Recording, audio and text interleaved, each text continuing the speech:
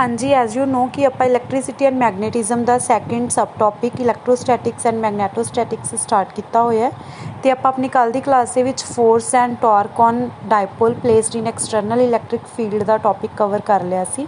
उत्थों तक के सारे टॉपिक्स कवर ने। तो हुण अज की क्लास के आप डाइलैक्ट्रिक पोलराइजेशन तो नाल अपने को solutions of boundary based problems ने जो उन्होंने आप डिस्कस करांगे। हाँ जी, अज अपना टॉपिक है डायलैक्ट्रिक पोलराइजेशन। डायलैक्ट्रिक पोलराइजेशन की होंगी है, इसनूं समझण तो पहला आपां नूं ये पता होना चाहिए कि डायलैक्ट्रिक्स हुंदे की ने। तो डायलैक्ट्रिक्स आर इंसुलेटिंग मैटीरियल्स। ये इंसुलेटिंग मैटीरियल्स हुंदे हैं, बट सारे इंसुलेटिंग मैटीरियल्स नूं डायलैक्ट्रिक्स नहीं कह सकते। उन्हां इंसुलेटिंग मैटीरियल्स दे विच कुछ स्पैशल प्रॉपर्टी हुंदी है जिन्हां नूं आपां डायलैक्ट्रिक्स कहने आ। कि स्पैशल प्रॉपर्टी हुंदी है कि चाहे ये डायलैक्ट्रिक इंसुलेटिंग मैटीरियल्स ने, इन्हां दे विच कोई भी फ्री इलैक्ट्रॉन नहीं हैगे, ते चाहे ये इलैक्ट्रिसिटी कंडक्ट नहीं करते, बट फिर भी जदों भी आपां एक्सटर्नल इलैक्ट्रिक फील्ड अप्लाई करते हैं तो ये कुछ इलैक्ट्रिक इफैक्ट्स नूं ट्रांसमिट करते हैं। मतलब इंसुलेटिंग मैटीरियल्स जेडे जदों electric field they which place किए जान, उन्हां दे विच कुछ ना कुछ इलैक्ट्रिक इफैक्ट ट्रांसमिट होवे, उसनूं आपां की कहने आ डायलैक्ट्रिक। कि सारे इंसुलेटिंग मैटीरियल्स डायलैक्ट्रिक नहीं हुंदे, बट जिन्हां दे विच ये प्रॉपर्टी होवे कि वो इलैक्ट्रिक इफैक्ट नूं ट्रांसमिट करन, ओही इंसुलेटिंग मैटीरियल्स नूं आपां डायलैक्ट्रिक कहने आ। हुण किस तरीके नाल इलैक्ट्रिक इफैक्ट्स नूं ट्रांसमिट करदे ने वो आपां रीड करांगे, अगे पढ़ांगे कि पोलराइजेशन हुंदी है तां ही ये इलैक्ट्रिक इफैक्ट नूं ट्रांसमिट करदे ने। बट पहला अपन ये क्लीयर होना चाहिए कि डायलैक्ट्रिक्स हुंदे की नहीं। ठीक है, एग्जांपल्स ने डायलैक्ट्रिक्स या माइका, क्वार्ट्स, ये डायलैक्ट्रिक्स या एग्जांपल्स ने। मतलब ये एक्चुअल दे विच करंट नहीं पास करते, इन्हां दे विचों करंट नहीं पास हुंदा, पर कुछ ना कुछ इलैक्ट्रिक इफैक्ट्स हुंदे ने। आपां डिस्कस करांगे कि किवें हुंदे ने इलैक्ट्रिक इफैक्ट्स। सब तो पहला डायलैक्ट्रिक्स जो हुंदे आ वो दो टाइप दे हुंदे ने, एक तां नॉन पोलर, एक पोलर। जो डायलैक्ट्रिक्स नॉन पोलर हुंदे ने, उन्हां दे विच ऐसे मॉलिक्यूल्स प्रेजेंट हुंदे ने जिन्हां दा पॉजिटिव ते नैगेटिव चार्जिस दा सेंटर कोइंसाइड करदा है। जिथे पॉजिटिव चार्ज दा सेंटर है उत्थे ही नैगेटिव चार्ज दा सेंटर है। तां इन्हां दे विच एक सिमेट्रिक शेप हुंदी है। सिमेट्रिक शेप होण करके इन्हां दा पॉजिटिव ते नैगेटिव चार्ज दा सेंटर की करदा है, कोइंसाइड करदा है। जदों पॉजिटिव ते नैगेटिव चार्ज दा सेंटर ही कोइंसाइड करदा है तां इसदा इलैक्ट्रिक डायपोल मूवमेंट की हो जांदा है, जीरो। बिकॉज जो दोनों ही सेम पोजीशन ते ने ते डायपोल मूवमेंट दा नैगेटिव टू पॉजिटिव हुंदा है। जो पॉजिटिव नैगेटिव चार्ज दा सेंटर ही कोइंसाइड करदा है तां नेट डायपोल मूवमेंट भी की हो जाएगा, जीरो हो जाएगा इसका। हुण अपने कोल जो पोलर मॉलिक्यूल्स ने, इन्हां दे विच पॉजिटिव ते नैगेटिव चार्ज दा सेंटर कोइंसाइड नहीं करदा। पॉजिटिव चार्ज दा सेंटर अलग हुंदा है, नैगेटिव दा अलग हुंदा है। तां इन्हां दे विच सेंटर दा जो पॉजिटिव ते नैगेटिव दा सेंटर है कोइंसाइड नहीं करदा due to its asymmetric shape. मतलब इसकी शेप भी की हुंदी है, असिमेट्रिक हुंदी है। ते डायपोल मूवमेंट भी जीरो नहीं होएगा, नैगेटिव टू पॉजिटिव होएगा। ये चीज़ां क्लीयर ने कि नॉन पोलर दे विच सिमेट्रिक शेप हुंदी है, पॉजिटिव नैगेटिव कोइंसाइड करदा है, डायपोल मूवमेंट जीरो हुंदा है। But polar they which positive negative दा सेंटर कोइंसाइड नहीं करदा, असिमेट्रिक शेप हुंदी है ते डायपोल मूवमेंट भी जीरो दे इक्वल नहीं हुंदा। इन्हां दे कुछ एग्जांपल्स ने, जिवें अपने कोल नॉन पोलर दी एग्जांपल्स ने O2, CO2, H2, CH4। इन्हां नूं आपां डिस्कस करदे हां, इन्हां दी एग्जांपल एक सो दैट तुहानूं क्लीयर हो जाए कि किवें इन्हां नूं आपां नॉन पोलर या पोलर कहने आ। देखो सब तो पहला इत्थे मैंने CO2 मॉलिक्यूल लिया होया। देखो CO2 ये कार्बन एटम है, ये दोनों ऑक्सीजन एटम्स ने। कार्बन एटम पॉजिटिवली चार्ज है ते ऑक्सीजन एटम्स नैगेटिवली। तब पॉजिटिव चार्ज का सेंटर तो अपने कोल इत्थे होएगा इस जगह ते दोनों नैगेटिव ने। इन्हां नूं ज्वाइन कर दी ये वाली लाइन है, तो इन्हां नूं ज्वाइन कर दी लाइन जो इन्हां दोनों नैगेटिव चार्जिस का सेंटर होएगा, की होएगा इसी लाइन ते होएगा, सेंटर ते होएगा। तो ਉਹਦਾ सेंटर इत्थे लाई कर दे, तो नैगेटिव चार्ज का सेंटर भी इत्थे ही हो गया, पॉजिटिव चार्ज का सेंटर भी इत्थे ही हो गया। पॉजिटिव नैगेटिव का सेंटर कोइंसाइड कर गया तो ये की हो गया, नॉन पोलर हो गया। सिमिलरली हाइड्रोजन मॉलिक्यूल्स ने, हाइड्रोजन दे विच तां कुछ नैगेटिव है ही नहीं, दोनों पॉजिटिव ने, तो यह है ही नॉन पोलर। हुण देखो अपने कोल पोलर दी एग्जांपल्स। HCl दे विच की हुंदा है, H positive Cl negative. Hydrogen एक इलैक्ट्रॉन दिंदा है क्लोरीन नूं ते क्लोरीन इलैक्ट्रॉन गेन करदा है। तां हाइड्रोजन दा पॉजिटिव चार्ज होएगा, क्लोरीन ते नैगेटिव होएगा। पॉजिटिव ते नैगेटिव दा सेंटर कोइंसाइड नहीं कर रहा, अलग अलग है। ते अपने कोल dipole movement negative to positive हुंदा है, तां dipole movement chlorine to hydrogen वाली डायरैक्शन दे विच होएगा। ਸਿਮਿਲਰਲੀ ਵਾਟਰ ਦੇ ਵਿੱਚ ਦੇਖੋ ਆਪਣੇ ਕੋਲ ਇਹ ਆਕਸੀਜਨ ਹੋਏਗਾ, ਹਾਈਡਰੋਜਨ ਐਟਮਸ ਹੋਣਗੇ। ਜਿਵੇਂ ਕਾਰਬਨ ਡਾਈਆਕਸਾਈਡ ਦੇ ਵਿੱਚ ਲੀਨੀਅਰ ਸ਼ੇਪ ਹੁੰਦੀ ਹੈ, ਇਸ ਦੇ ਵਿੱਚ ਲੀਨੀਅਰ ਸ਼ੇਪ ਨਹੀਂ ਹੁੰਦੀ, ਇਸ ਦੇ ਵਿੱਚ ਇਸ ਤਰੀਕੇ ਦੀ ਸ਼ੇਪ ਹੁੰਦੀ ਹੈ। ਆਕਸੀਜਨ ਦਾ ਨੈਗੇਟਿਵ ਸੈਂਟਰ ਇੱਥੇ ਹੋਏਗਾ, ਇਹ ਦੋਨੋਂ ਪੋਜ਼ਿਟਿਵ ਚਾਰजेस ਨੇ, ਇਹਨਾਂ ਦੋਨਾਂ ਦਾ ਸੈਂਟਰ ਵੀ ਕਿਤੇ ਹੋਏਗਾ ਬਟ ਨੈਗੇਟਿਵ ਦੇ ਨਾਲ ਕੋਇਨਸਾਈਡ ਨਹੀਂ ਕਰੇਗਾ because this is not a linear molecule like carbon dioxide. Positive ਤੇ ਨੈਗੇਟਿਵ ਦਾ ਸੈਂਟਰ ਕੋਇਨਸਾਈਡ ਨਹੀਂ ਕਰੇਗਾ, ਇਸ ਤਰੀਕੇ ਨਾਲ ਆਪਣੇ ਕੋਲ ਇਹ ਕੀ ਹੋ ਜਾਏਗਾ, ਇੱਕ ਪੋਲਰ ਮੋਲੀਕਿਊਲ ਹੋ ਜਾਏਗਾ। ਸਿਮਿਲਰਲੀ ਅਮੋਨੀਆ, ਇਹ ਨੈਗੇਟਿਵ ਚਾਰਜ ਹੋਏਗਾ, ਇਸ ਤੇ ਹਾਈਡਰੋਜਨ ਦੇ ਉੱਪਰ ਪੋਜ਼ਿਟਿਵ ਚਾਰਜ ਹੋਏਗਾ ਤੇ ਇਹਨਾਂ ਦੇ ਸੈਂਟਰਸ ਕੋਇਨਸਾਈਡ ਨਹੀਂ ਕਰਨਗੇ ਤਾਂ ਇਹ ਵੀ ਕੀ ਹੋ ਗਿਆ, ਇੱਕ ਪੋਲਰ ਮੋਲੀਕਿਊਲ। ਤਾਂ ਇਹਨਾਂ ਦੀ ਐਗਜ਼ਾਮਪਲਸ ਆਪਾਂ ਨੂੰ ਯਾਦ ਹੋਣੀਆਂ ਚਾਹੀਦੀਆਂ ਨੇ। ਜਿਵੇਂ ਆਪਾਂ ਨੂੰ ਐਗਜ਼ਾਮ ਦੇ ਵਿੱਚ ਦੇਤਾ choose the polar molecules out of these, ਉੱਥੇ ਆਪਾਂ ਨੂੰ ਆਕਸੀਜਨ, ਕਾਰਬਨ ਡਾਈਆਕਸਾਈਡ, ਹਾਈਡਰੋਜਨ ਤੇ HCl ਦੀ ਐਗਜ਼ਾਮਪਲਸ ਦਿੱਤੀਆਂ ਤਾਂ ਆਪਾਂ ਨੂੰ ਪਤਾ ਹੋਣਾ ਚਾਹੀਦਾ that HCl is a polar molecule. Mainly ਕੀ ਹੁੰਦਾ ਹੈ, ਜੋ ਜ਼ਿਆਦਾਤਰ ਕੋਵੈਲੈਂਟ ਕੰਪਾਊਂਡਸ ਨੇ ਉਹ ਆਪਣੇ ਕੋਲ ਨੋਨ ਪੋਲਰ ਤੇ ਜੋ ਆਇਨਿਕ ਕੰਪਾਊਂਡਸ ਨੇ ਉਹ ਪੋਲਰ। ਚਲੋ ਹੁਣ ਡਾਇਲੈਕਟ੍ਰਿਕਸ ਆਪਾਂ ਨੂੰ ਪਤਾ ਚੱਲ ਗਿਆ ਕਿ ਕੀ ਹੁੰਦਾ ਹੈ, polar dielectric, non polar dielectric clear ਹੋ ਗਿਆ। ਹੁਣ ਆਪਾਂ ਡਿਸਕਸ ਕਰਦੇ ਹਾਂ ਇਸ ਦੀ ਪੋਲਰਾਈਜੇਸ਼ਨ। ਮੀਨਸ ਪੋਲਰਾਈਜੇਸ਼ਨ ਮੀਨਸ ਇਹਨਾਂ ਦੇ ਵਿੱਚ ਜਦੋਂ ਆਪਾਂ ਇਹਨਾਂ ਨੂੰ ਐਕਸਟਰਨਲ ਇਲੈਕਟ੍ਰਿਕ ਫੀਲਡ ਦੇ ਵਿੱਚ ਰੱਖਦੇ ਹਾਂ ਇੱਕ ਨੈਟ ਡਾਇਪੋਲ ਮੂਵਮੈਂਟ ਸੈਟਅਪ ਹੋ ਜਾਂਦਾ ਹੈ ਜਿਸ ਦੇ ਕਰਕੇ ਇਹ ਇਲੈਕਟ੍ਰਿਕ ਇਫੈਕਟਸ ਨੂੰ ਟ੍ਰਾਂਸਮਿਟ ਕਰਦੇ ਨੇ। ਤਾਂ ਫਿਰ ਉਹ ਪੋਲਰਾਈਜੇਸ਼ਨ ਹੁੰਦੀ ਕਿਵੇਂ ਹੈ? ਸਭ ਤੋਂ ਪਹਿਲਾਂ ਆਪਾਂ ਨੋਨ ਪੋਲਰ ਡਾਇਲੈਕਟ੍ਰਿਕਸ ਦੀ ਪੋਲਰਾਈਜੇਸ਼ਨ ਡਿਸਕਸ ਕਰਾਂਗੇ। ਦੇਖੋ ਆਪਣੇ ਕੋਲ ਕੀ ਹੈ, ਇਹ ਇੱਕ ਨੋਨ ਪੋਲਰ ਮੋਲੀਕਿਊਲ ਹੈ ਬਿਕੋਜ਼ ਇਹਨਾਂ ਦਾ ਪੋਜ਼ਿਟਿਵ ਨੈਗੇਟਿਵ ਚਾਰजेस ਦਾ ਸੈਂਟਰ ਸੇਮ ਹੈ। ਦੇਖੋ ਇਹ ਮੋਲੀਕਿਊਲਸ ਪਏ ਨੇ ਅਲੱਗ-ਅਲੱਗ, ਤਾਂ ਇੱਕ ਨੋਨ ਪੋਲਰ ਡਾਇਲੈਕਟ੍ਰਿਕ ਹੋ ਗਈ ਆਪਣੇ ਕੋਲ, ਠੀਕ ਹੈ, ਬਿਕੋਜ਼ ਪੋਜ਼ਿਟਿਵ ਨੈਗੇਟਿਵ ਚਾਰजेस ਦੇ ਸੈਂਟਰ ਕੀ ਕਰ ਰਹੇ ਹੈ, ਕੋਇਨਸਾਈਡ ਕਰ ਰਹੇ ਹੈ। ਤਾਂ ਇਹਨਾਂ ਦੇ ਵਿੱਚ ਨੈਟ ਡਾਇਪੋਲ ਮੂਵਮੈਂਟ ਤਾਂ ਜ਼ੀਰੋ ਹੋਏਗਾ ਬਿਕੋਜ਼ ਇੱਥੇ ਆਪਾਂ ਐਕਸਟਰਨਲ ਇਲੈਕਟ੍ਰਿਕ ਫੀਲਡ ਜ਼ੀਰੋ ਰੱਖਿਆ ਹੋਇਆ ਹੈ, ਕੋਈ ਇਲੈਕਟ੍ਰਿਕ ਫੀਲਡ ਨਹੀਂ ਅਪਲਾਈ ਕਰ ਰਹੇ ਤੇ ਪੋਜ਼ਿਟਿਵ ਨੈਗੇਟਿਵ ਚਾਰजेस ਦਾ ਸੈਂਟਰ ਵੀ ਕੋਇਨਸਾਈਡ ਕਰ ਰਿਹਾ ਹੈ। ਤਾਂ ਨੈਟ ਡਾਇਪੋਲ ਮੂਵਮੈਂਟ ਕੀ ਹੋਏਗਾ, ਜ਼ੀਰੋ, ਕਿਉਂਕਿ ਜਦੋਂ ਹਰ ਇੱਕ ਮੋਲੀਕਿਊਲ ਦਾ ਡਾਇਪੋਲ ਮੂਵਮੈਂਟ ਜ਼ੀਰੋ ਹੈ ਤਾਂ ਨੈਟ ਤਾਂ ਜ਼ੀਰੋ ਹੋਣਾ ਹੀ ਹੈ। ਹੁਣ ਆਪਾਂ ਕੀ ਕੀਤਾ, ਇਸ ਨੂੰ ਐਕਸਟਰਨਲ ਇਲੈਕਟ੍ਰਿਕ ਫੀਲਡ ਦੇ ਵਿੱਚ ਪਲੇਸ ਕਰਤਾ। ਜੋ ਐਕਸਟਰਨਲ ਇਲੈਕਟ੍ਰਿਕ ਫੀਲਡ ਹੁੰਦਾ ਉਹ ਪੋਜ਼ਿਟਿਵ ਟੂ ਨੈਗੇਟਿਵ ਹੁੰਦਾ ਹਮੇਸ਼ਾ, ਮਤਲਬ ਇੱਧਰ ਪੋਜ਼ਿਟਿਵ ਚਾਰਜ ਹੈ ਤੇ ਇਸ ਡਾਇਰੈਕਸ਼ਨ ਦੇ ਵਿੱਚ ਨੈਗੇਟਿਵ ਹੈ। ਹੁਣ ਐਕਸਟਰਨਲ ਇਲੈਕਟ੍ਰਿਕ ਫੀਲਡ ਹਮੇਸ਼ਾ ਪੋਜ਼ਿਟਿਵ ਟੂ ਨੈਗੇਟਿਵ ਹੋਏਗਾ। ਤਾਂ ਦੇਖੋ ਜੋ ਇਹ ਮੋਲੀਕਿਊਲਸ ਸੀ ਜਿਨ੍ਹਾਂ ਦਾ ਪਹਿਲਾਂ ਪੋਜ਼ਿਟਿਵ ਨੈਗੇਟਿਵ ਕੋਇਨਸਾਈਡ ਕਰ ਰਿਹਾ ਸੀ, ਇਹਨਾਂ ਦੇ ਵਿੱਚ ਚਾਰਜ ਸੈਪਰੇਸ਼ਨ ਹੋ ਜਾਏਗੀ। ਦੇਖੋ ਇੱਧਰ ਪੋਜ਼ਿਟਿਵ ਚਾਰਜ ਹੈ ਤਾਂ ਜੋ ਨੈਗੇਟਿਵ ਚਾਰਜ ਹੈ ਤਾਂ ਪੋਜ਼ਿਟਿਵ ਵੱਲ ਅਟਰੈਕਟ ਹੋਏਗਾ ਮੋਲੀਕਿਊਲ ਦਾ, ਇੱਧਰ ਨੈਗੇਟਿਵ ਹੈ ਤਾਂ ਜੋ ਪੋਜ਼ਿਟਿਵ ਚਾਰਜ ਹੈ ਉਹ ਨੈਗੇਟਿਵ ਵੱਲ ਅਟਰੈਕਟ ਹੋਏਗਾ। ਤਾਂ ਇਸ ਤਰੀਕੇ ਨਾਲ ਸੈਪਰੇਸ਼ਨ ਹੋਗੀ ਚਾਰजेस ਦੀ, ਵੀ ਜੋ ਨੈਗੇਟਿਵ ਹੈ ਉਹ ਪੋਜ਼ਿਟਿਵ ਵੱਲ ਅਟਰੈਕਟ ਹੋ ਰਿਹਾ ਤੇ ਪੋਜ਼ਿਟਿਵ ਨੈਗੇਟਿਵ ਵੱਲ। ਮੀਨਸ ਇਹਨਾਂ ਮੋਲੀਕਿਊਲਸ ਦੇ ਵਿੱਚ ਵੀ ਜੋ ਨੋਨ ਪੋਲਰ ਮੋਲੀਕਿਊਲਸ ਸੀ ਉਹਨਾਂ ਦੇ ਵਿੱਚ ਵੀ ਪੋਜ਼ਿਟਿਵ ਨੈਗੇਟਿਵ ਚਾਰਜ ਦੇ ਸੈਂਟਰ ਦੀ ਸੈਪਰੇਸ਼ਨ ਹੋਗੀ ਜਦੋਂ ਆਪਾਂ ਐਕਸਟਰਨਲ ਇਲੈਕਟ੍ਰਿਕ ਫੀਲਡ ਅਪਲਾਈ ਕਰ ਰਹੇ ਹਾਂ। ਤਾਂ ਦੇਖੋ ਹੁਣ ਆਪਣੇ ਕੋਲ ਇਸ ਮੋਲੀਕਿਊਲ ਦਾ ਵੀ ਡਾਇਪੋਲ ਮੂਵਮੈਂਟ ਹੋਏਗਾ ਨੈਗੇਟਿਵ ਟੂ ਪੋਜ਼ਿਟਿਵ, ਇਸ ਦਾ ਵੀ ਹੋਏਗਾ, ਇਸ ਦਾ ਵੀ ਹੋਏਗਾ, ਸਭ ਦਾ ਹੀ ਹੋਏਗਾ ਨੈਟ ਡਾਇਪੋਲ ਮੂਵਮੈਂਟ। ਤਾਂ ਸਭ ਦਾ ਡਾਇਪੋਲ ਮੂਵਮੈਂਟ ਐਡ ਹੋ ਕੇ ਆਪਾਂ ਨੂੰ ਨੈਟ ਡਾਇਪੋਲ ਮੂਵਮੈਂਟ ਦੇਗਾ ਤੇ ਮਤਲਬ ਇਸ ਕੇਸ ਦੇ ਵਿੱਚ ਡਾਇਪੋਲ ਮੂਵਮੈਂਟ ਜ਼ੀਰੋ ਨਹੀਂ ਹੋਏਗਾ। ਹੁਣ ਅਗਰ ਆਪਾਂ ਗੱਲ ਕਰੀਏ ਪੋਲਰ ਡਾਇਲੈਕਟ੍ਰਿਕਸ ਦੀ, ਪੋਲਰ ਡਾਇਲੈਕਟ੍ਰਿਕਸ ਦੇ ਵਿੱਚ ਪਹਿਲਾਂ ਇਲੈਕਟ੍ਰਿਕ ਫੀਲਡ ਜ਼ੀਰੋ ਹੈ ਐਕਸਟਰਨਲ, ਬਟ ਹੁਣ ਵੀ ਮੋਲੀਕਿਊਲਸ ਦੇ ਵਿੱਚ ਚਾਰਜ ਸੈਪਰੇਸ਼ਨ ਹੈ, ਪੋਜ਼ਿਟਿਵ ਨੈਗੇਟਿਵ ਚਾਰजेस ਦਾ ਸੈਂਟਰ ਅਲੱਗ-ਅਲੱਗ ਹੈ, ਬਟ ਫੇਰ ਵੀ ਇਹਦਾ ਨੈਟ ਡਾਇਪੋਲ ਮੂਵਮੈਂਟ ਜ਼ੀਰੋ ਹੈ।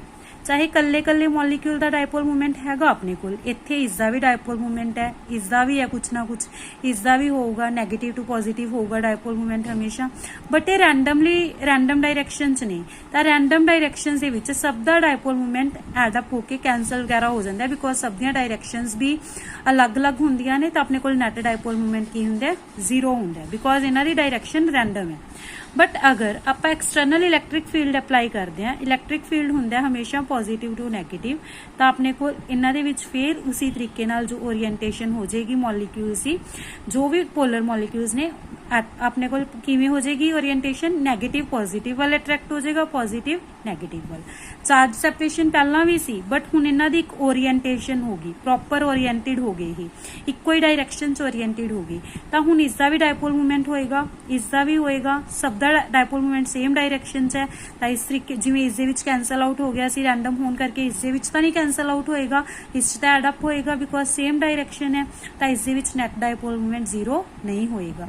ਤਾਂ ਇਹੀ ਡਿਫਰੈਂਸ ਹੈ ਕਿ ਜੋ ਨੋਨ ਪੋਲਰ ਨੇ ਉਹਨਾਂ ਦੇ ਵਿੱਚ ਪਹਿਲਾਂ ਵੀ ਚਾਰजेस ਦੀ ਸੈਪਰੇਸ਼ਨ ਨਹੀਂ ਹੁੰਦੀ ਬਟ ਬਾਅਦ ਦੇ ਵਿੱਚ ਹੁੰਦੀ ਹੈ ਜਦੋਂ ਇਲੈਕਟ੍ਰਿਕ ਫੀਲਡ ਅਪਲਾਈ ਕਰਦੇ ਆ ਤੇ net dipole moment not equal to 0 ਹੋ ਜਾਂਦਾ ਹੈ।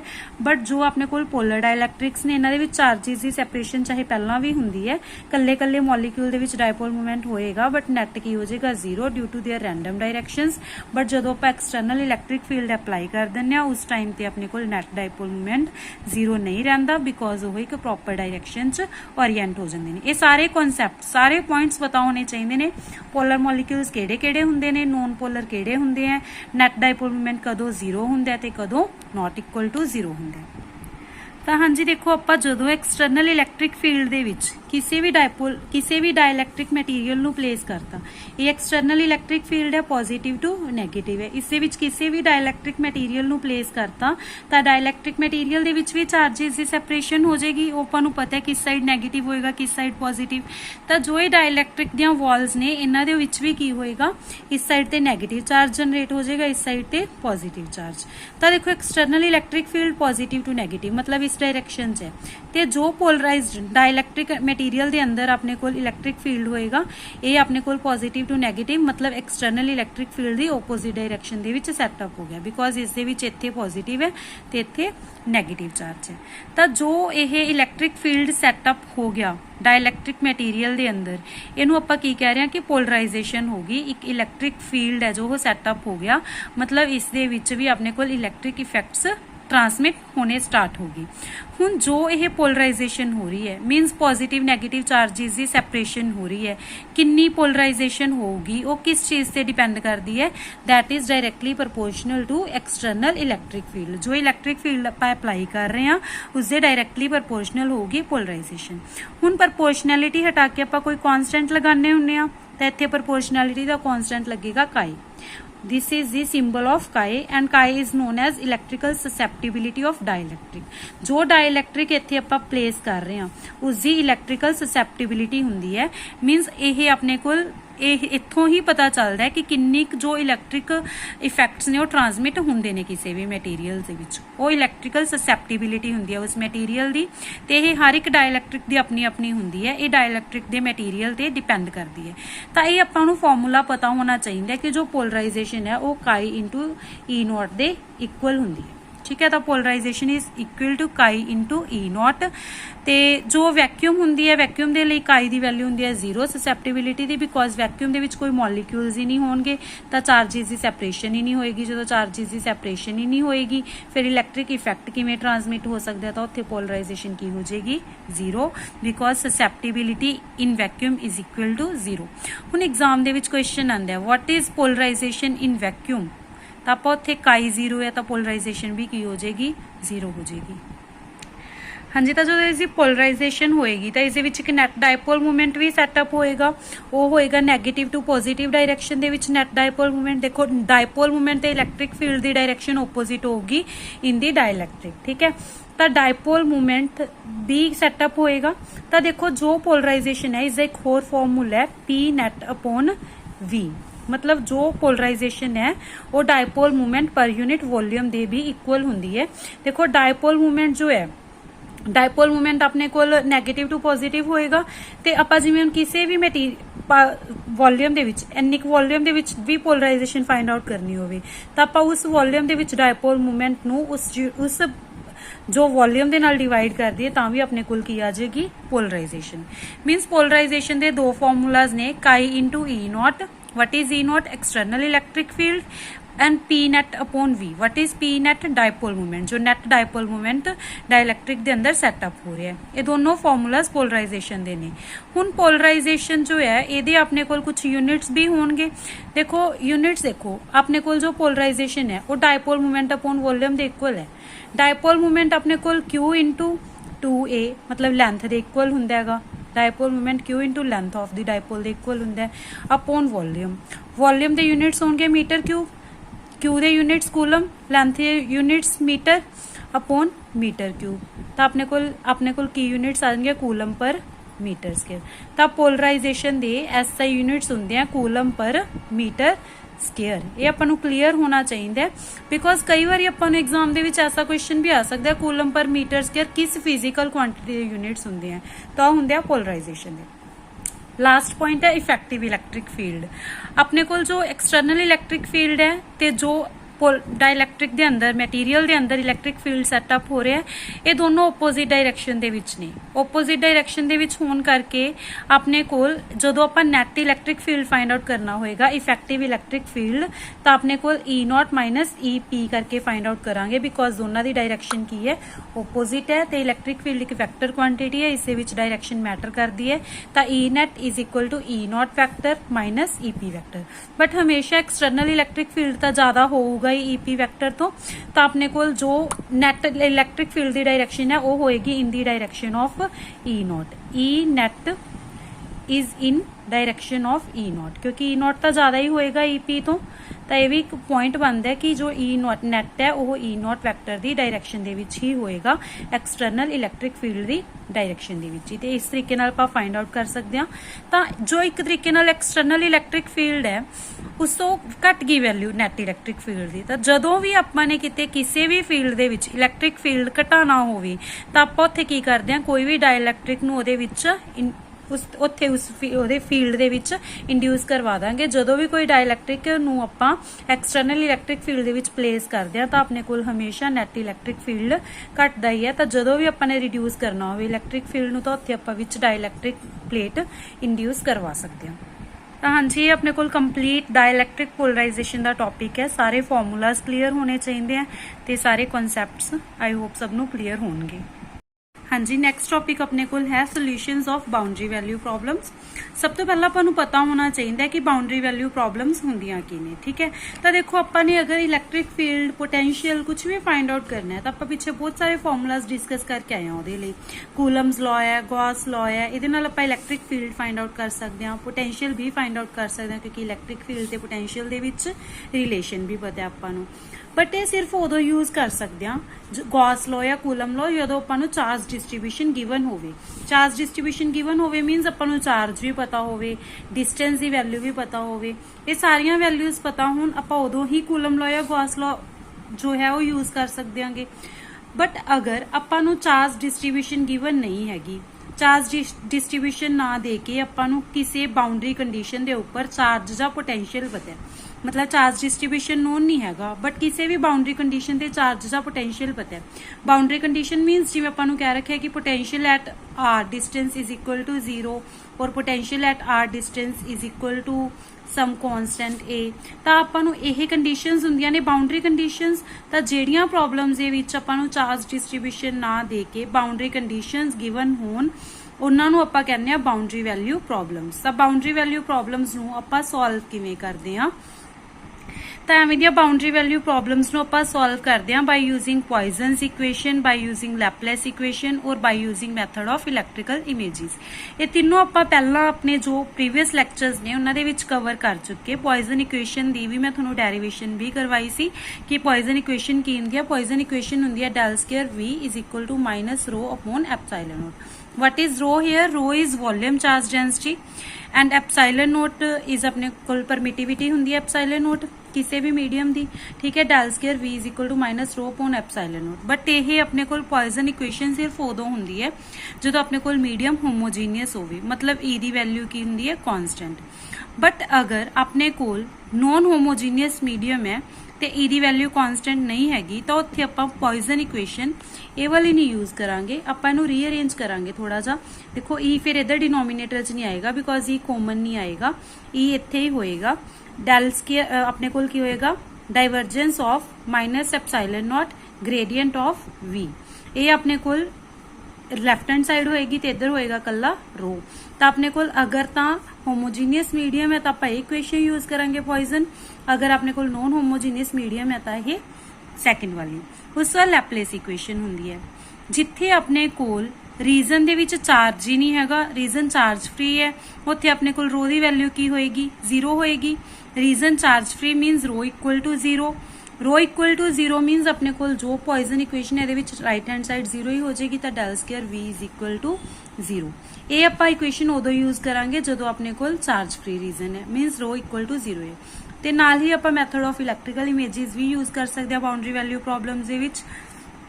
हुण ਬਾਉਂਡਰੀ ਵੈਲਿਊ ਪ੍ਰੋਬਲਮ ਸੋਲਵ ਕਿਵੇਂ ਕਰਨੀਆਂ ਨੇ, ਪਹਿਲਾਂ ਇੱਕ ਸਿੰਪਲ ਜਿਹੇ ਸਟੈਪਸ ਸਮਝ ਲਓ ਕਿ ਕਿਵੇਂ ਕਿਵੇਂ ਚੱਲਾਂਗੇ ਆਪਾਂ, ਪ੍ਰੋਸੀਜਰ ਸਮਝ ਲਓ। ਉਸ ਤੋਂ ਬਾਅਦ ਇਕੁਏਸ਼ਨਸ ਜੋ ਵੀ ਪ੍ਰੋਬਲਮਸ ਨੇ ਉਹਨਾਂ ਨੂੰ ਸੋਲਵ ਕਰਨਾ ਬਹੁਤ ਈਜ਼ੀ ਹੋ ਜਾਏਗਾ ਆਪਣੇ ਲਈ। ਸਭ ਤੋਂ ਪਹਿਲਾਂ ਤਾਂ ਆਪਾਂ ਇਹ ਚੈੱਕ ਕਰਾਂਗੇ ਕਿ ਜੋ ਕੁਐਸਚਨ ਹੈ ਉਹਦੇ ਵਿੱਚ ਰੋ 0 ਹੈ ਜਾਂ 0 ਨਹੀਂ ਹੈ। ਅਗਰ ਤਾਂ ਰੋ ਨਾਟ ਇਕੁਅਲ ਟੂ 0 ਹੈ ਫਿਰ ਆਪਾਂ ਪੋਇਜ਼ਨ ਇਕੁਏਸ਼ਨ ਯੂਜ਼ ਕਰਾਂਗੇ, because according to Poisson equation ਆਪਣੇ ਕੋਲ ਰੋ ਦੀ ਵੈਲਿਊ ਹੁੰਦੀ ਹੈ। ਅਗਰ ਰੋ 0 ਹੈ ਫਿਰ ਆਪਾਂ ਲੈਪਲੇਸ ਇਕੁਏਸ਼ਨ ਯੂਜ਼ ਕਰ ਲਾਂਗੇ, ਠੀਕ ਹੈ। ਲੈਪਲੇਸ ਇਕੁਏਸ਼ਨ ਉਦੋਂ ਹੀ ਯੂਜ਼ ਕਰਦੇ ਹਾਂ ਜਦੋਂ ਰੋ 0 ਹੁੰਦਾ। ਫਿਰ ਆਪਾਂ ਇਸ ਨੂੰ ਕਰਾਂਗੇ ਇੰਟੀਗ੍ਰੇਟ, ਬਿਕੋਜ਼ ਇਹਨਾਂ ਦੇ ਵਿੱਚ ਆਪਣੇ ਕੋਲ ਇਕੁਏਸ਼ਨਸ ਦੇ ਵਿੱਚ ਡੈਰੀਵੇਟਸ ਨੇ, ਤਾਂ ਆਪਾਂ ਇੰਟੀਗ੍ਰੇਟ ਕਰਾਂਗੇ। ਹੁਣ ਇੰਟੀਗ੍ਰੇਟ ਦੋ ਵੇਜ਼ ਨਾਲ ਕਰ ਸਕਦੇ ਹਾਂ। ਅਗਰ ਤਾਂ ਜਿਹੜਾ v ਹੈ ਉਹ ਸਿਰਫ ਇੱਕ ਵੇਰੀਏਬਲ ਦਾ ਫੰਕਸ਼ਨ ਹੈ, ਜਿਵੇਂ v ਦੇ ਵਿੱਚ ਸਿਰਫ x ਆ ਰਿਹਾ ਹੈ ਜਾਂ y ਆ ਰਿਹਾ ਹੈ ਜਾਂ z ਆ ਰਿਹਾ ਹੈ, ਫਿਰ ਤਾਂ ਆਪਾਂ ਡਾਇਰੈਕਟ ਇੰਟੀਗ੍ਰੇਸ਼ਨ ਕਰ ਦਾਂਗੇ।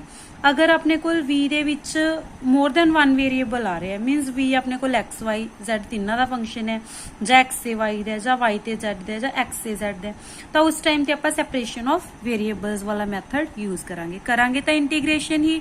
ਬਟ ਅਗਰ ਇੱਕ ਵੇਰੀਏਬਲ ਹੈ ਤਾਂ ਡਾਇਰੈਕਟ ਇੰਟੀਗ੍ਰੇਸ਼ਨ ਕਰ ਦਾਂਗੇ, ਅਗਰ ਇੱਕ ਤੋਂ ਜ਼ਿਆਦਾ ਵੇਰੀਏਬਲਸ ਨੇ ਤਾਂ ਸੈਪਰੇਸ਼ਨ ਆਫ ਵੇਰੀਏਬਲਸ ਕਰਾਂਗੇ ਆਪਾਂ। ਤਾਂ ਇੰਟੀਗ੍ਰੇਸ਼ਨ ਕਰਨ ਤੋਂ ਬਾਅਦ ਆਪਣੇ ਕੋਲ ਕਨਸਟੈਂਟਸ ਆਫ ਇੰਟੀਗ੍ਰੇਸ਼ਨ ਵੀ ਤਾਂ ਆ ਜਾਂਦੇ ਆ। ਜਦੋਂ ਇੰਟੀਗ੍ਰੇਸ਼ਨ ਕਰਦੇ ਆ ਤਾਂ ਆਪਣੇ ਕੋਲ ਕੁਝ ਕਨਸਟੈਂਟਸ ਆਉਂਦੇ ਹੈਗੇ ਇੰਟੀਗ੍ਰੇਸ਼ਨ ਕਰਨ ਦੇ ਨਾਲ, ਠੀਕ ਹੈ। 2 ਵੀ ਆ ਸਕਦੇ ਆ ਕਨਸਟੈਂਟਸ, 1 ਵੀ ਆ ਸਕਦਾ, ਤਾਂ ਇਸ ਤਰੀਕੇ ਦੇ ਕਨਸਟੈਂਟਸ ਆਣਗੇ। ਤਾਂ ਬਾਉਂਡਰੀ ਕੰਡੀਸ਼ਨਸ ਯੂਜ਼ ਕਰਕੇ ਆਪਾਂ ਕਨਸਟੈਂਟਸ ਜਾਂ ਵੈਲਿਊਜ਼ ਪੁੱਟ ਕਰਕੇ ਪਾਰਟਿਕੂਲਰ ਸੋਲੂਸ਼ਨ ਕੱਢਾਂਗੇ। ਉਸ ਤੋਂ ਬਾਅਦ ਅਗਰ ਪੋਟੈਂਸ਼ੀਅਲ ਦੀ ਵੈਲਿਊ ਆ ਗਈ ਫਿਰ ਆਪਾਂ ਇਲੈਕਟ੍ਰਿਕ ਫੀਲਡ ਦੀ ਵੈਲਿਊ ਵੀ ਕੱਢ ਸਕਦੇ ਆ, ਬਿਕੋਜ਼ ਆਪਾਂ ਨੂੰ ਰਿਲੇਸ਼ਨ ਪਤਾ ਹੈ। ਅਗਰ ਇਲੈਕਟ੍ਰਿਕ ਫੀਲਡ ਨਿਕਲ ਗਿਆ ਫਿਰ ਆਪਾਂ डिसप्लेसमेंट करंट भी फाइंड आउट कर सकते हैं ते करंट डेंसिटी भी फाइंड आउट कर सकते हैं, because displacement current epsilon into E vector के इक्वल होंगे ते अपने कोल जो करंट डेंसिटी होंगी वो sigma into E vector. What is epsilon? Permittivity. What is sigma? Surface charge density. What is E? Electric field. ਹੁਣ ਦੇਖੋ ਆਪਾਂ ਅੱਗੇ ਕੁਐਸਚਨ ਤੇ ਜੋ ਆਪਾਂ ਨੂੰ ਪ੍ਰੋਬਲਮਸ ਆਪਣੇ ਸਿਲੇਬਸ ਦੇ ਵਿੱਚ ਮੈਂਸ਼ਨ ਕੀਤਾ ਹੋਇਆ solutions of boundary value problems, ਹੁਣ ਆਪਾਂ ਉਹਨਾਂ ਦਾ ਸੋਲੂਸ਼ਨ ਦੇਖਾਂਗੇ ਕਿ ਕਿਵੇਂ ਫਾਈਂਡ ਆਊਟ ਕਰਨਾ ਹੈ ਆਪਾਂ ਆਨਸਰ, ਠੀਕ ਹੈ। ਹੁਣ ਆਪਾਂ ਨੂੰ ਕੀ ਕਿਹਾ, ਇਨ ਵਨ ਡਾਇਮੈਂਸ਼ਨਲ ਡਿਵਾਈਸ ਰੋ ਇਜ਼ ਇਕੁਅਲ ਟੂ ਰੋ note into x upon a। ਆਪਾਂ ਨੂੰ ਵੋਲਿਊਮ ਚਾਰਜ ਡੈਂਸਿਟੀ ਦੀ ਵੈਲਿਊ ਗਿਵਨ ਹੈ ਤੇ ਬਾਉਂਡਰੀ ਕੰਡੀਸ਼ਨਸ ਕੀ ਗਿਵਨ ਨੇ ਕਿ x ਇਕੁਅਲ ਟੂ 0 ਤੇ e ਵੈਕਟਰ ਦੀ ਵੈਲਿਊ 0 ਹੈ ਤੇ x ਇਕੁਅਲ ਟੂ a ਤੇ v ਦੀ ਵੈਲਿਊ 0 ਹੈ। ਇਹ ਹੁੰਦੀਆਂ ਨੇ ਬਾਉਂਡਰੀ ਕੰਡੀਸ਼ਨਸ ਤੇ ਆਪਾਂ ਫਾਈਂਡ ਆਊਟ ਕਰਨਾ ਹੈ v ਤੇ e ਵੈਕਟਰ। ਸਭ ਤੋਂ ਪਹਿਲਾਂ ਤਾਂ ਦੇਖੋ ਰੋ ਇਜ਼ ਨਾਟ ਇਕੁਅਲ ਟੂ 0। ਅਗਰ ਰੋ ਨਾਟ ਇਕੁਅਲ ਟੂ 0 ਹੈ ਤਾਂ ਆਪਾਂ ਕਿਹੜੀ ਇਕੁਏਸ਼ਨ ਯੂਜ਼ ਕਰਾਂਗੇ? Poisonous equation. ਤਾਂ ਆਪਾਂ ਪੋਇਜ਼ਨਸ ਇਕੁਏਸ਼ਨ ਲਿਖਾਂਗੇ del square v is equal to minus rho upon epsilon naught। then we will put the value of rho the value ਪੁੱਟ ਕਰੋ minus rho naught x upon a epsilon naught। ਇਹ ਆ ਗਿਆ ਆਪਣੇ ਕੋਲ del square v, but we have to find v। ਤਾਂ ਆਪਾਂ ਨੂੰ ਕੀ ਕਰਨੀ ਪਏਗੀ? ਇੰਟੀਗ੍ਰੇਸ਼ਨ। ਫਸਟ ਟਾਈਮ ਇੰਟੀਗ੍ਰੇਟ ਕਰਾਂਗੇ ਆਪਣੇ ਕੋਲ ਕੀ ਆ ਜਾਏਗਾ? ਦੇਖੋ ਇੰਟੀਗ੍ਰੇਸ਼ਨ ਕਰਨੀ ਪਏਗੀ ਆਪਾਂ ਨੂੰ। ਇੰਟੀਗ੍ਰੇਟਿੰਗ ਇਕੁਏਸ਼ਨ 1 ਤਾਂ ਆਪਣੇ ਕੋਲ ਇਸ ਸਾਈਡ ਕੀ ਆ ਜਾਏਗਾ? ਕੱਲਾ del v, ਇਸ ਸਾਈਡ ਆ ਜਾਏਗਾ minus rho naught x square upon a epsilon naught plus b। ਆਪਾਂ ਕੋਈ ਵੀ ਕਾਂਸਟੈਂਟ b ਲੈ ਲਿਆ। ਫਿਰ ਇਹਨੂੰ ਅਗੇਨ ਇੰਟੀਗ੍ਰੇਟ ਕਰਾਂਗੇ ਆਪਾਂ, ਬਿਕੋਜ਼ ਆਪਾਂ ਨੇ ਕੱਢਣਾ ਕੱਲਾ v, ਤਾਂ ਇਹਦੀ ਇੱਕ ਵਾਰ ਫਿਰ ਇੰਟੀਗ੍ਰੇਸ਼ਨ ਕਰਨੀ ਪਊਗੀ। ਇੰਟੀਗ੍ਰੇਟਿੰਗ ਅਗੇਨ, ਅਗਰ ਤੁਸੀਂ ਇਸੇ ਦੁਬਾਰਾ ਇੰਟੀਗ੍ਰੇਟ ਕਰੋਗੇ ਤਾਂ ਇੱਧਰ ਆ ਜਾਏਗਾ v minus rho naught x cube upon a epsilon naught ਤੇ ਨਾਲ ਇੱਥੇ 3 ਵੀ ਆ ਜਾਏਗਾ, because x square the integration ਹੋਏਗੀ x cube upon 3 plus bx plus c। देखो ਇੱਥੇ ਵੀ ਆਪਣੇ ਕੋਲ 2 ਆਏਗਾ, ਬਿਕੋਜ਼ ਅਗਰ x ਦੀ ਇੰਟੀਗ੍ਰੇਸ਼ਨ ਕਰਾਂਗੇ ਤਾਂ x ਸਕੁਅਰ ਨਿਊ ਪਾਵਰ ਆਪਣੇ ਕੋਲ ਡਿਨੋਮੀਨੇਟਰ ਦੇ ਵਿੱਚ ਆਂਦੀ ਹੁੰਦੀ ਹੈ। ਤਾਂ ਇਹ ਆਪਣੇ ਕੋਲ 3 ਇਕੁਏਸ਼ਨਸ ਬਣ ਗਈਆਂ। ਬਟ ਆਪਾਂ v ਦੀ ਵੈਲਿਊ ਤਾਂ ਕੱਢਣੀ ਸੀ, ਬਟ ਇਹ ਕਨਸਟੈਂਟਸ ਐਲੀਮੀਨੇਟ ਕਰਨੇ ਪੈਣਗੇ ਆਪਾਂ ਨੂੰ। ਸਭ ਤੋਂ ਪਹਿਲਾਂ ਫਰਸਟ ਬਾਉਂਡਰੀ ਕੰਡੀਸ਼ਨ ਕੀ ਹੈ? e vector is equal to 0 at x equal to 0। e vector equal to 0 means del vector v equal to 0, because e vector del vector v ਦੇ ਇਕੁਅਲ ਹੀ ਹੁੰਦਾ, ਤਾਂ ਉਹ ਆਪਣੇ ਕੋਲ ਸੈਕਿੰਡ ਇਕੁਏਸ਼ਨ ਆ ਜਾਏਗੀ। ਤਾਂ ਮਤਲਬ ਸੈਕਿੰਡ ਇਕੁਏਸ਼ਨ ਦੇ ਵਿੱਚ ਅਗਰ ਆਪਾਂ x ਨੂੰ 0 ਪੁੱਟ ਕਰ ਦਈਏ ਤਾਂ ਆਪਣੇ ਕੋਲ ਜੋ ਪੂਰੇ ਇਕੁਏਸ਼ਨ ਦੀ ਵੈਲਿਊ ਬਣ ਜਾਏਗੀ ਉਹ ਕੀ ਆ ਜਾਏਗੀ? 0। ਤਾਂ ਇਸ ਦੇ ਵਿੱਚ ਅਗਰ ਆਪਾਂ x ਨੂੰ 0 ਪੁੱਟ ਕਰਾਂਗੇ, x ਨੂੰ 0 ਪੁੱਟ ਕਰੋ ਤਾਂ ਸਾਰੀ ਟਰਮ 0 ਹੀ ਹੋਗੀ, ਮਤਲਬ ਆਪਣੇ ਕੋਲ b ਕੀ ਆ ਗਿਆ? 0। ਦੈਨ ਆਪਣੇ ਕੋਲ ਨੈਕਸਟ ਕੀ ਹੈ? v equal to 0 at x equal to a। कि v0 है at x equal to a, मतलब ਜਦੋਂ ਆਪਾਂ x ਦੀ ਵੈਲਿਊ a ਪੁੱਟ ਕਰਤੀ ਤਾਂ ਆਪਣੇ ਕੋਲ ਕੀ ਹੋ ਜਾਏਗਾ v0। ਤਾਂ ਦੇਖੋ x ਦੀ ਵੈਲਿਊ a ਪੁੱਟ ਕੀਤੀ, ਰੋ ਨੋਟ ਤੇ 6 ਆਏਗਾ ਬਿਕੋਜ਼ 2 ਪਹਿਲਾਂ ਹੀ ਪ੍ਰੈਜ਼ੈਂਟ ਸੀ। ਰੋ note a cube upon 6a epsilon note b x ए ਤਾਂ ਆਪਣੇ ਕੋਲ 0 ਹੀ ਹੋ ਗਿਆ ਸੀਗਾ ਬਿਕੋਜ਼ b 0 ਹੈ, ਪਲੱਸ c ਇਕੁਅਲ ਟੂ 0।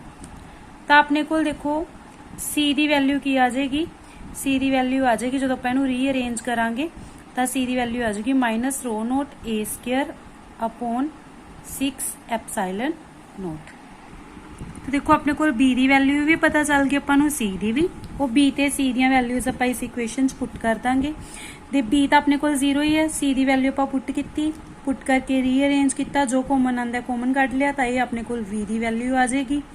ਉਸ ਤੋਂ ਬਾਅਦ ਆਪਣੇ ਕੋਲ ਦੇਖੋ ਇਲੈਕਟ੍ਰਿਕ ਫੀਲਡ ਫਾਈਂਡ ਆਊਟ ਕਰਨਾ ਸੀ ਤੇ ਜੋ ਇਲੈਕਟ੍ਰਿਕ ਫੀਲਡ ਹੁੰਦਾ ਉਹ ਗ੍ਰੇਡੀਐਂਟ ਆਫ v ਦੇ ਇਕੁਅਲ ਹੁੰਦਾ। ਗ੍ਰੇਡੀਐਂਟ ਆਫ v ਦਾ ਐਕਸਪ੍ਰੈਸ਼ਨ ਆਪਾਂ ਆਲਰੇਡੀ ਫਾਈਂਡ ਆਊਟ ਕੀਤਾ ਸੀ, ਬਟ ਆਪਣੇ ਕੋਲ ਇੱਥੇ b ਦੀ ਵੈਲਿਊ ਕੀ ਹੈ 0 according to boundary conditions. Boundary conditions ਲਗਾ ਕੇ b ਦੀ ਵੈਲਿਊ 0 ਆ ਗਈ ਤਾਂ ਆਪਣੇ ਕੋਲ ਜੋ ਡੈਲ v ਹੈ ਉਹਨੂੰ ਆਪਾਂ e ਵੀ ਲਿਖ ਸਕਦੇ ਹਾਂ ਤਾਂ ਇਲੈਕਟ੍ਰਿਕ ਫੀਲਡ ਹੈ ਤੇ ਇਸ ਦੀ ਵੈਲਿਊ ਹੋਗੀ minus rho not x square upon 2 epsilon note. ਤਾਂ ਇਹ ਬਾਉਂਡਰੀ ਕੰਡੀਸ਼ਨਸ ਯੂਜ਼ ਕੀਤੀਆਂ, ਲੈਪਲੇਸ ਇਕੁਏਸ਼ਨ ਯੂਜ਼ ਕੀਤੀ, ਉਹਨਾਂ ਨੂੰ ਯੂਜ਼ ਕਰਕੇ ਪੋਇਜ਼ਨਸ ਇਕੁਏਸ਼ਨ ਯੂਜ਼ ਕੀਤੀ ਇੱਥੇ ਆਪਾਂ ਬਿਕੋਜ਼ ਆਪਣੇ ਕੋਲ ਰੋ ਨੋਟ ਇਕੁਅਲ ਟੂ 0 ਹੈ। ਅਗਰ ਰੋ 0 ਦਿੱਤਾ ਹੁੰਦਾ ਤਾਂ ਆਪਾਂ ਕਿਹੜੀ ਇਕੁਏਸ਼ਨ ਯੂਜ਼ ਕਰਨੀ ਸੀ, ਲੈਪਲੇਸ ਇਕੁਏਸ਼ਨ। ਇੱਥੇ ਆਪਣੇ ਕੋਲ ਸਿੰਪਲੀ ਆ ਜਾਂਦਾ del square v is equal to 0। ਅਗਰ ਦੋ ਵਾਰ ਆਪਾਂ ਇਹਨੂੰ ਇੰਟੀਗ੍ਰੇਟ ਕਰਦੇ ਤਾਂ ਆਪਣੇ ਕੋਲ v ਦੀ ਵੈਲਿਊ ਕੀ ਆ ਜਾਂਦੀ, ਤਾਂ ਆਪਣੇ ਕੋਲ v ਦੀ ਵੈਲਿਊ ਆ ਜਾਂਦੀ ax ਪਲੱਸ b। ਉਸੇ ਵਿੱਚ ਅਗੇਨ ਆਪਾਂ ਬਾਉਂਡਰੀ ਕੰਡੀਸ਼ਨਸ ਪੁੱਟ ਕਰਕੇ ਇੱਥੋਂ ਪੋਟੈਂਸ਼ੀਅਲ ਦੀ ਵੈਲਿਊ ਫਾਈਂਡ ਆਊਟ ਕਰ ਸਕਦੇ ਸੀ, ਇਲੈਕਟ੍ਰਿਕ ਫੀਲਡ ਦੀ। ਤਾਂ ਅਗਰ ਆਪਣੇ ਕੋਲ ਰੋ ਨਾਟ ਇਕੁਅਲ ਟੂ 0 ਹੈ ਤਾਂ ਆਪਾਂ ਪੋਇਜ਼ਨਸ ਇਕੁਏਸ਼ਨ ਯੂਜ਼ ਕਰ ਲਾਂਗੇ, ਰੋ ਇਕੁਅਲ ਟੂ 0 ਹੈ ਤਾਂ ਆਪਾਂ ਲੈਪਲੇਸ ਇਕੁਏਸ਼ਨ ਯੂਜ਼ ਕਰ ਲਾਂਗੇ। ਹਾਂਜੀ, ਆਈ ਹੋਪ ਸਭ ਨੂੰ ਕਲੀਅਰ ਹੈ ਕਿ ਕਿਵੇਂ ਇਹ ਬਾਉਂਡਰੀ ਵੈਲਿਊ ਪ੍ਰੋਬਲਮ ਆਪਾਂ ਸੋਲਵ ਕੀਤੀ ਹੈ by using Laplace Poisson equation and by using boundary conditions. Boundary conditions use ਕੀਤੀਆਂ ਨੇ ਤਾਂ ਹੀ ਆਪਾਂ ਇਹਨੂੰ ਬਾਉਂਡਰੀ ਵੈਲਿਊ ਪ੍ਰੋਬਲਮ ਵੀ ਕਹਿੰਦੇ ਹਾਂ। ਹਾਂਜੀ, ਨੈਕਸਟ ਕੁਐਸਚਨ ਆਪਣੇ ਕੋਲ ਹੈ, ਆਪਾਂ ਨੂੰ ਪੋਟੈਂਸ਼ੀਅਲ ਦਿੱਤਾ ਹੋਇਆ ਹੈ, ਪੋਟੈਂਸ਼ੀਅਲ ਦੇ ਕੇ ਆਪਾਂ ਨੂੰ ਰੋ ਦੀ ਵੈਲਿਊ ਫਾਈਂਡ ਆਊਟ ਕਰਨ ਦੇ ਲਈ ਕਿਹਾ at r is equal to r naught. ਤਾਂ ਇਹਦੇ ਲਈ ਆਪਾਂ ਨੂੰ ਜੋ ਹੈ ਪੋਇਜ਼ਨਸ ਇਕੁਏਸ਼ਨ ਯੂਜ਼ ਕਰਨੀ ਪਏਗੀ ਬਿਕੋਜ਼ ਆਪਣੇ ਕੋਲ ਪੋਟੈਂਸ਼ੀਅਲ ਜੋ ਹੈ ਉਹਦੀ ਵੈਲਿਊ ਵੀ ਕੁਛ ਹੈ ਤੇ ਰੋ ਦੀ ਵੈਲਿਊ ਵੀ ਕੁਛ ਆਏਗੀ, ਆਪਣੇ ਕੋਲ 0 ਨਹੀਂ ਹੋਏਗੀ। ਤਾਂ ਆਪਾਂ ਪੋਇਜ਼ਨ ਇਕੁਏਸ਼ਨ ਯੂਜ਼ ਕਰਾਂਗੇ, but Poisson equation in spherical polar coordinates use ਕਰਾਂਗੇ ਬਿਕੋਜ਼ ਆਪਣੇ ਕੋਲ ਇੱਥੇ r ਜੋ ਹੈ ਉਹ ਸਫੈਰੀਕਲ ਪੋਲਰ ਕੋਆਰਡੀਨੇਟ ਹੈ, XYZ ਦੀ ਫਾਰਮ ਦੇ ਵਿੱਚ ਨਹੀਂ ਹੈ ਇਕੁਏਸ਼ਨ। ਤਾਂ ਸਫੈਰੀਕਲ ਪੋਲਰ ਕੋਆਰਡੀਨੇਟਸ ਦੇ ਵਿੱਚ ਜੋ ਪੋਇਜ਼ਨ ਇਕੁਏਸ਼ਨ ਹੈ ਉਸਦਾ ਆਪਣੇ ਕੋਲ ਇਹ ਫਾਰਮੂਲਾ ਹੈ del square v is equal to 1/r square curly by curly r square then again curly v by curly r plus 1/r square sin theta curly by curly theta sin theta curly v by curly theta। ਉਸ ਤੋਂ ਬਾਅਦ plus 1/r square sin square theta curly square v by curly phi square where r theta and phi are spherical polar coordinates। ਇਹ I hope so ਸਭ ਨੂੰ clear ਹੈ। ਤਾਂ ਉਸ ਤੋਂ ਬਾਅਦ ਆਪਣੇ ਕੋਲ ਹੁਣ ਇੱਥੇ ਆਪਣੇ ਕੋਲ ਜੋ ਪੋਟੈਂਸ਼ੀਅਲ ਉਹ ਸਿਰਫ r ਦੀ ਫਾਰਮ ਦੇ ਵਿੱਚ ਗਿਵਨ ਹੈ, ਠੀਕ ਹੈ। r ਦੀ ਫਾਰਮ ਦੇ ਵਿੱਚ ਗਿਵਨ ਹੈ ਤਾਂ ਆਪਾਂ ਸੈਪਰੇਸ਼ਨ ਆਫ ਵੇਰੀਏਬਲਸ ਦੇ ਅਕੋਰਡਿੰਗ ਸਿਰਫ ਫਰਸਟ ਵਾਲਾ ਹੀ ਕੰਪੋਨੈਂਟ ਲਵਾਂਗੇ ਇਹਦਾ ਬਿਕੋਜ਼ ਆਪਣੇ ਕੋਲ ਕਰਲੀ v ਬਾਈ ਕਰਲੀ ਥੀਟਾ ਕਰਲੀ v ਬਾਈ ਕਰਲੀ ਫਾਈ ਤਾਂ 0 ਹੀ ਹੋ ਜਾਣਗੇ ਬਿਕੋਜ਼ ਇੱਥੇ ਆਪਣੇ ਕੋਲ ਜਦੋਂ ਥੀਟਾ ਤੇ ਫਾਈ ਕੰਪੋਨੈਂਟਸ ਹੀ ਨਹੀਂ ਹੈਗੇ। ਤਾਂ ਆਪਣੇ ਕੋਲ ਜੋ ਆਪਾਂ ਲੈ ਕੇ ਚੱਲਾਂਗੇ ਡੈਲ ਸਕੁਅਰ v ਉਸਨੂੰ ਕਾਹਦੇ ਇਕੁਅਲ ਲੈ ਕੇ ਚੱਲਾਂਗੇ 1/r square curly by curly r square curly v by curly r। ਇਹ ਇਕੁਏਸ਼ਨ ਲੈ ਕੇ ਚੱਲਾਂਗੇ ਆਪਾਂ।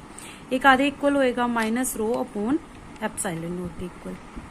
ਤਾਂ ਨੈਕਸਟ ਸਟੈਪ ਦੇ ਵਿੱਚ ਦੇਖੋ ਆਪਾਂ ਇੱਥੇ ਵੈਲਿਊਜ਼ ਪੁੱਟ ਕਰ ਦਾਂਗੇ curly by curly r square curly by curly r v ਦੀ ਵੈਲਿਊ ਪੁੱਟ ਕਰ ਦਾਂਗੇ c e ਦੀ power minus r by r naught minus rho upon epsilon note.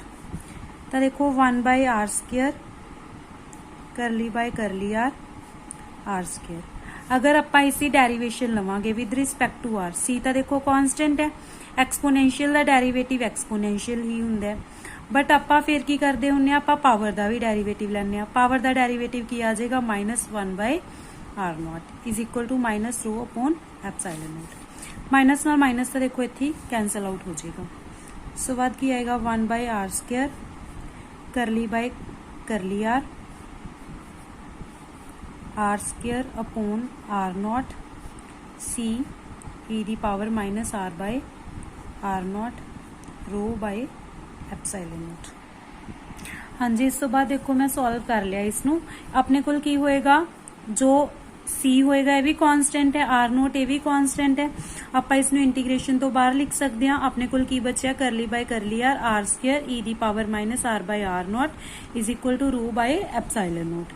तो अपने कोल देखो इसनू बाय पार्ट्स करना पेगा। एक बार इसनू एक बार ਇਹਨੂੰ एज इट इज रख के इसकी डेरिवेशन, एक बार इसनू एज इट इज रख के इसकी डेरिवेशन। प्रोडक्ट रूल लगाया ਆਪਾਂ डेरिवेशन ਦਾ, डेरिवेशन की डेरिवेशन करके अपने कोल टर्म्स आ जाएंगे। देखो पहला r square as it is रखा, इसकी डेरिवेशन की e the power minus r by r naught, minus r by r naught की derivation minus 1 by r naught. फिर e the power minus r by r naught ਨੂੰ ਆਪਾਂ as it is रख लिया, are square की derivation 2r। इस दे विचों जो टर्म्स कॉमन आईਆਂ ਆਪਾਂ कॉमन कर लिया ਤੇ अंदर जो बचा वो की बचा minus r by r naught plus 2। अपने कोल आर दे नाल एक आर भी कैंसल आउट हो जाएगा।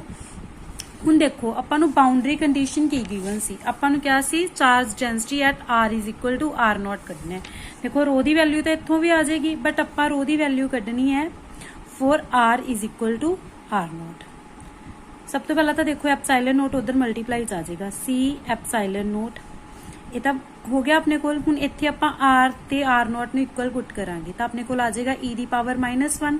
e ਦੀ ਪਾਵਰ -1 ਨੂੰ ਆਪਾਂ ਓਵਰ ਚ ਲਿਖ ਸਕਦੇ ਹਾਂ। फिर इत्थे आर नॉट ते आर इक्वल ने तो अपने कोल आर नॉट नू आर ही पुट कर सकते हैं, तो अपने कोल आ जाएगा आर स्केयर। हुण देखो इत्थे अपने कोल माइनस आर बाय आर हो जाएगा, यह आ जाएगा -1 प्लस 2 इज इक्वल टू रो। तो अगर आप इसनू सॉल्व करिए 2 - 1 तो 1 ही हो जाएगा।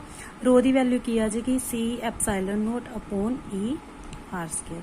तो ये आप बाउंड्री कंडीशंस यूज करके वैल्यू फाइंड आउट की है रो दी। बाय यूजिंग लैपलेस इक्वेशन और Poisson equation we can solve all boundary value problems.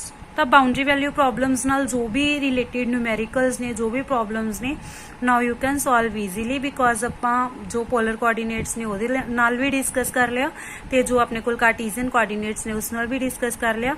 Now you can try problems